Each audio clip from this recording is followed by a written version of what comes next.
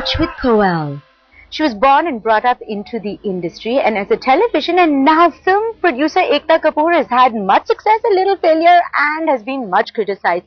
But none of that seems to have affected her or her ways. She guards her privacy ferociously, so I'm absolutely thrilled to be one of the few that she's deigned to talk to. Thank you for coming on my couch. I'm very delighted to have you. I'm so happy to be on your couch, Koel.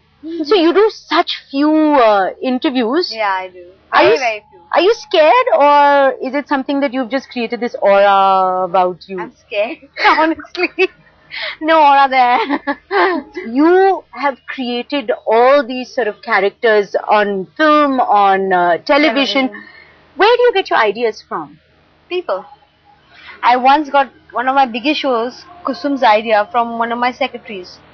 She was sitting there and she was telling me her life, and I was like, wow. Now that's a life of a hero. I mean, you wake up at 5. It sounds mundane, but there's so much of struggle for survival that it's almost a form of success.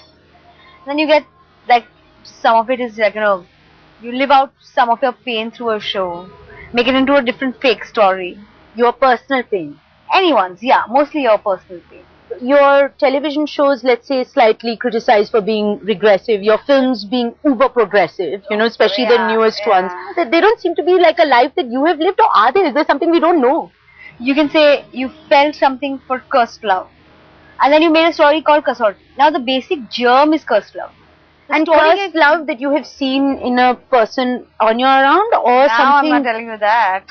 So it could be also something, because you have to be creative, you have to have tasted life. Absolutely. I always say this, that there is no art like that comes from the broken heart. So one has to suffer to be creative. Absolutely. To be completely in tune with your emotions, you have to first feel it. Where does your greatest suffering come from?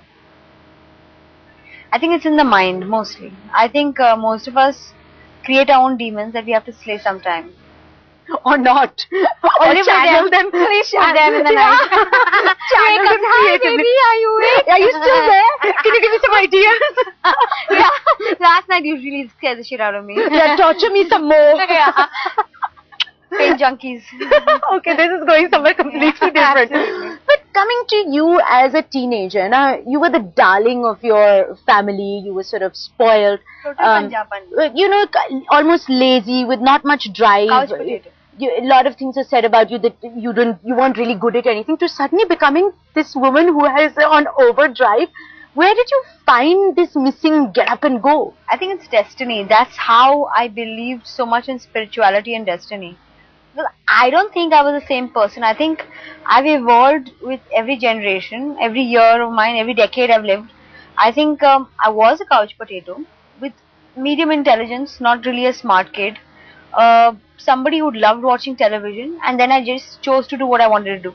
I slowly discovered that with every experience, because too much happened too soon with me. At 17, I had the #1 show on Indian television with Hum Punch. And that's not an age you get so much success. The fact that you did that at that age required you to work, right? Required you to find that drive and do something. It doesn't happen sitting on your... Like I said, the destiny. I was sitting on my ass doing nothing, watching television the whole day, eating chips. My dad comes to me one day and says, I'm tired of sitting at home. Either get married eventually or do something. I'm like, oh, okay, what do I do?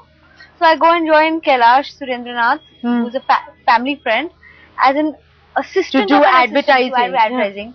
The same day as Farhan Akhtar joined. Both of us joined the same day. He left in one day saying, I want to do creative, I can't do production. And I was like, I need to do a job so that my father believes I'm working. I don't need to get married. I'm happy to do anything. If there will be swap floors, I'll do that. Happily telling my dad I'm working. That was the only aim I had in life. And then I was not a driven, ambitious kid at all. And then my dad told me do some television.